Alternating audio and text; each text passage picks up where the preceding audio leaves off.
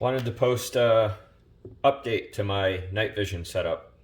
Hasn't really changed a whole lot. Everything in the box is still the same. I talked about this in my first video, and it just came out, was released quicker, and it was more affordable than I thought. It was 90 bucks, I believe, shipped. I changed how I mount the FLIR Breach. This was the adapter that I had on there, which this one does have more adjustment to it.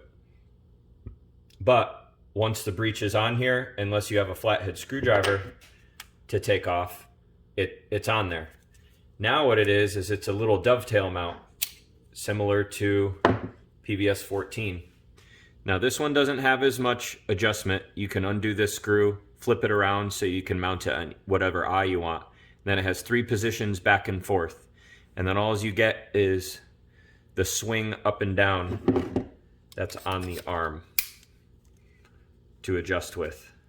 So even though you don't get as much adjustment out of it, it's way more convenient, because say you're walking around, and really when you're walking, I've found this isn't as useful.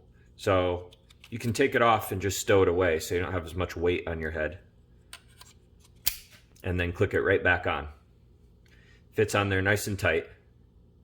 So I'm very happy with this, and it's a slightly cheaper option than this too. So if you were to buy this, you can get it with the 2 J-arms for dual tube PVS-14. Buy this $80 piece if you have the breech, and you could swap it on. Instead of needing a tool like this, you'd be very quick out in the field, which is great. The other small thing that I did was the little cap here. You could see I got some hook side of Velcro on there. Got sick of it dangling around. So when I take it off, I put the loops on the side. It'll very easily just kind of stow away there, so it's not swinging around.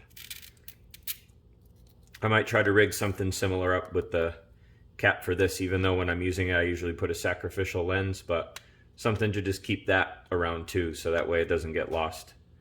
But I like this a lot better. I'd say the only real drawback to it, again, going back to the adjustment issue, is when you have it on your head, for it to line up good with my eye, because you don't have the adjustment,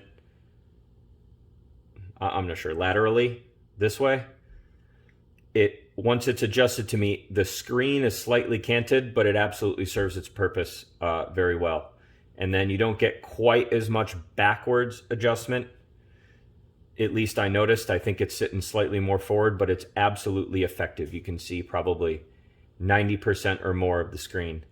And then one small adjustment I made with the thermal side too is this used to be super loose, the little ring. Unfortunately, it's slightly different than a PVS-14 one, but probably can't see it very good in the camera, but there's like a bunch of rings that can be tightened up. The very outside ring, I just took a small flathead screwdriver and tightened it more, so this isn't as loose as it was. The metal actually doesn't turn anymore, it's just the rubber.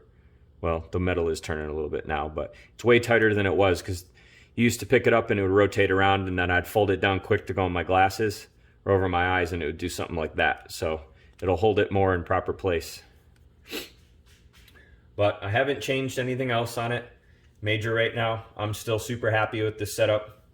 The only other thing that I really could do is to expand the battery life on the FLIR, is rig up a battery pouch on here somewhere, but I, at this point, would prefer to just carry an extra battery, and if I need to, it takes maybe a minute to swap a battery out every couple hours if I'm out that long.